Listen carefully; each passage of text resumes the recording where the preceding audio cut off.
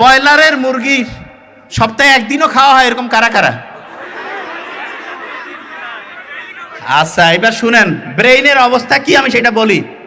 Broiler মুরগির মধ্যে আছে না, ওকে মোটা তাজা করার জন্য ক্যাডমিয়াম, লেড, সবচেয়ে খারাপ খারাপ যে উপাদান যেগুলো হচ্ছে শরীরের মধ্যে গেলে রক্তের নালীগুলো আছে না, এগুলোকে আস্তে আস্তে আস্তে আস্তে ব্লক করে ফেলে, রক্তের পরিবহন ব্যবস্থাটা ধ্বংস করে, ওগুলো শরীরের রক্তের মধ্যে মিশে হচ্ছে বিষ, পয়জনের মতো জিনিস তৈরি করে। এখন ওইটাকে আপনি কীভাবে পরিষ্কার করবেন?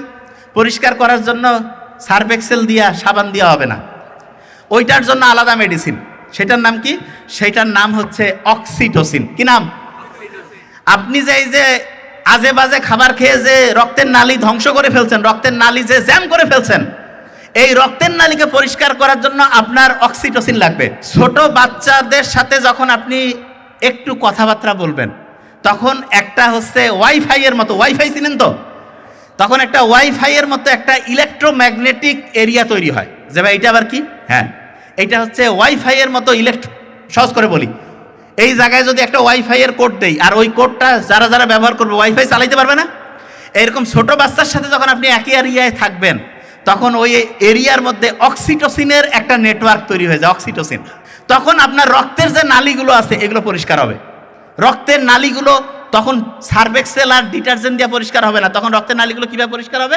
এই যে কথা বললেন, ছোট শিশুর সাথে একসাথে থাকলেন, তখন রক্তের নালীগুলো পরিষ্কার হয়ে গেল। আচ্ছা, জয়েন্ট ফ্যামিলি, দাদা দাদি, নানা নানি, এনাদের সাথে যদি ছোট্ট নাতি নাতনিকে আমরা দেই, তাহলে বলেন তো, দাদা দাদি, নানা নানি, তাদের সাথে যদি নাতি নাতনি থাকে, তাহলে নাতি নাতনি এবং দাদা দাদি, নানা নানি, এইটার একটা অক্সিটোসিনের একটা ওয়াইফাই নেটওয়ার্ক তৈরি হবে না?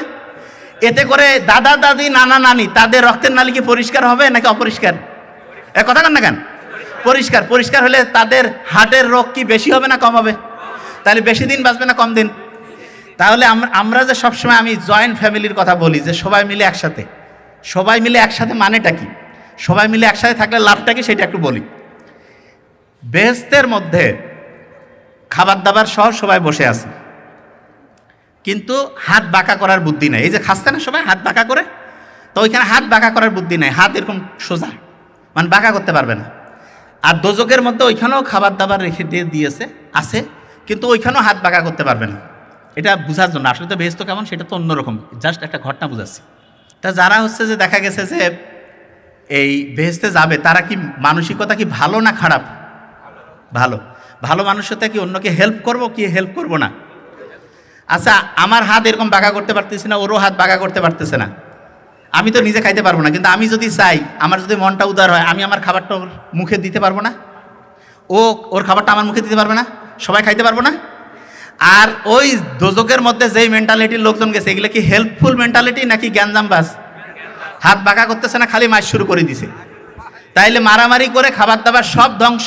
লাস্টে করছে যে কি হইলো, কয় যে আমাদের হাত বাঁকা ছিল এই জন্য। আসলে হাত বাঁকা সমস্যা নাকি মেন্টালিটির সমস্যা?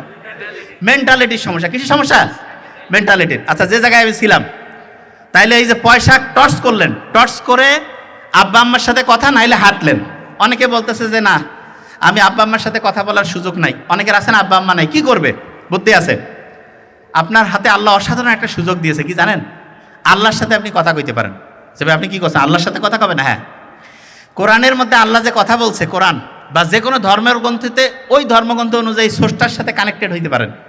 আপনি যখনই স্রষ্টার সাথে কানেক্টেড হবেন, আচ্ছা দেখেন তো, আপনি চিন্তা করেন তো, বাংলাদেশের প্রেক্ষাপটে যখন যেই পার্টি ক্ষমতায় থাক, হেড অফিসের সাথে যদি কারো কানেকশন থাকে, ওর মাস্তানিটা দেখছেন, ওর শক্তিটা, কয় না যে ভাই ওর সাথে হচ্ছে সেন্টারের কানেকশন আছে, ও কিন্তু কিছু কোয়া যাবে না, গ্যাঞ্জাম লাগিয়ে দিবে, এরকম হয় না? তাইলে কারো যদি আল্লাহর সাথে কানেকশন থাকে, তাহলে তার শক্তিটা কি বেশি হবে না কম হবে? শক্তি কি হবে? বেশি হবে। তাহলে আল্লাহর সাথে কানেকশন করার জন্য খুব সহজ বুদ্ধি, কিছু না, আপনি আপনার কোরআন পড়েন, হাদিস পড়েন, নামাজ পড়েন, আল্লাহর সাথে কানেক্টেড হয়ে যান। এবার দেখেন একটা জিনিস বলি, ব্রেইনের মধ্যে যে সেলগুলো আছে, যে কোষগুলো আছে, কোষগুলো, এই কোষগুলো মোবাইলের যে, এই যে মোবাইল আছে না, যখন আমি সব সময় মোবাইলের দিকে তাকায় থাকি, তখন রাতের ঘুমটা যখন আমার নষ্ট হয়ে যায়, তখন একটা ব্রেইনের কোষের সাথে আরেকটা ব্রেইনের যে নেটওয়ার্কটা আছে, এই নেটওয়ার্কটা দুর্বল হয়ে যায়। এইখানে যারা যারা আছেন, মনে হইতো যে 9-10-এ পড়াশোনা ভালো ছিল, এখন পড়া অতটা ভালো মনে থাকে না, পড়লেও খেয়াল রাখার শক্তিটা কমে গেছে, এরকম কারা কারা হাত উঁচু করেন তো। আচ্ছা ঠিক আছে, নামান, কোনো সমস্যা নেই, ট্রিটমেন্ট আছে। আপনারা কি জানেন মাথার মধ্যে এক রকমের পানি আছে, পানি, মাথার মধ্যে এক রকমের পানি আছে, এই পানিটাকে বলে সিএসএফ। কি নাম বলে? সিএসএফ। শুনেন, আপনার মাথার মধ্যে যে ব্রেনটা আছে না, এইটার ওজন প্রায় 1.5 কেজি, 1.5 কেজি। কিন্তু 1.5 কেজি ওজনের মাথা মনে হয় কি? মাথার মধ্যে যে আল্লাহ পানি রাখছে না, ওই পানিতে ব্রেনটা ডুবন্ত ভাসন্ত অবস্থায় থাকার কারণে সাঁতার কাটলে ওজনটা হালকা হয় না, আর্কিমিডিসের সূত্র, তখন মাত্র ব্রেনটা 50 গ্রাম হয়। কত গ্রাম? 50 গ্রাম। ব্রেনটা যেই পানির মধ্যে থাকে, সেই পানির, ব্রেনটা যেই পানিতে ডুবে থাকে, সেই পানির সবচেয়ে পছন্দের খাবার, 1 নম্বর পছন্দ হচ্ছে মধু। কি খাবার? মধু। মধু নিয়ে যে আল্লাহ সূরা বানিয়েছে, এমনি বানায় নেই। মধু যদি কেউ রেগুলার পান করে, তাহলে মাথার মধ্যে ব্রেনটা যেই পানিতে ভাসতেছে, ডুবতেছে, ওই পানিটা সবচেয়ে বেশি স্বাস্থ্যকর থাকে। তাহলে ব্রেইনের পানির জন্য সবচেয়ে স্বাস্থ্যকর 1 নম্বর খাবার কোনটা? মধু। আর একটা খাবারের কথা প্রথম বলে দিয়েছি, ঘুম। আরেকটা কি বলছিলাম? ঘুম। আচ্ছা শোনেন, প্রত্যেকটা স্টুডেন্টের ব্রেইনটা সবচাইতে বেশি পাওয়ারফুল হবে, সবচেয়ে পাওয়ারফুল। যে ভাই এটা কিভাবে করব, বুদ্ধিটা আমরা কিন্তু দিয়ে দিচ্ছি। প্রথম কাজ যেটা করতে হবে প্রত্যেক স্টুডেন্টকে, ঠিকভাবে বেশি পরিমাণ ঘুমাইতে হবে, বেশি পরিমাণ ঘুম। আচ্ছা, পরীক্ষা আসলে পরীক্ষার আগে ঘুম বেশি বেড়ে যায়, কার কার হাত উঁচু করেন তো? Very fine. আচ্ছা শুনেন, আমি বলি এটা লিখে রাখেন, পরীক্ষার আগে বেশি ঘুমানো উচিত না কম ঘুমানো উচিত? আপনারা জানেন এটা? কোথায় শুনলেন? ও, পরীক্ষার আগে বেশি ঘুমাইতে হবে কেন সেটা বলি আগে, শুনেন। এই শুনেন, আপনারা যখন ওই যে রেজাল্ট দেখেন না, এক সময় হঠাৎ করে বিসিএস এর রেজাল্ট দিল, মেট্রিকের ইন্টার রেজাল্ট দিল, একসাথে সবাই যখন ঢুকে দেখবেন না যে সফটওয়্যার জ্যাম হয়ে গেছে, কেউ কারো রেজাল্ট দেখতে পাচ্ছে না? দেখতে পাচ্ছে? এরকম হয়তো আপনি যখন পরীক্ষার আগে যখন একসাথে সবগুলো পড়তে যাবেন, তখন ব্রেইন এরকম জ্যাম হয়ে যাবে। যে ভাই তাহলে ব্রেইনের জ্যাম কিভাবে ছুটাবো? বুদ্ধি আছে। শোনেন, নর্মালি আপনি যা ঘুমান, নর্মালি আপনার 7 ঘন্টা ঘুমাইতে হবে দৈনিক।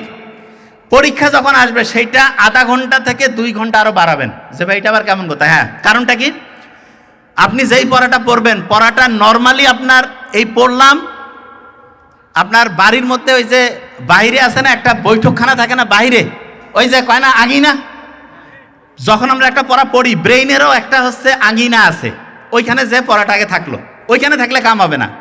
ভিতরে একদম ড্রয়িং রুমে ঢুকাইতে হবে, ওইটার একটা স্পেশাল নাম আছে, হিপ্পোক্যাম্পাস। কি নাম?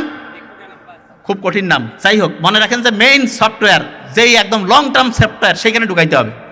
তা ওই সময় ওই যেই পড়াটা আপনি এখন পড়লেন, এই পড়াটা প্রথমে তো বাড়ির আঙিনায় থাকলো, ওইখানে থেকে কাজ হবে না, ওইটাকে ঢুকাইতে হবে একদম ড্রয়িং রুমে। তা ড্রয়িং রুমে যাওয়ার জন্য সবচেয়ে ভালো যে টাইম, যেই টাইমে সে ড্রয়িং রুমে যায়, সেটা হচ্ছে ঘুমানোর টাইম। আপনি পরীক্ষার আগে বেশি পরিমাণ পড়া পড়েন না, তাহলে বেশি পরিমাণ পড়াকে আপনার পাস করে দিতে হবে না? বেশি পড়া যদি আপনি পাস করতে চান, ওই আঙিনা থেকে ড্রয়িং রুমে নিতে চান, তাহলে ওইটার জন্য বেশি পরিমাণ ঘুম দরকার কি দরকার নাই?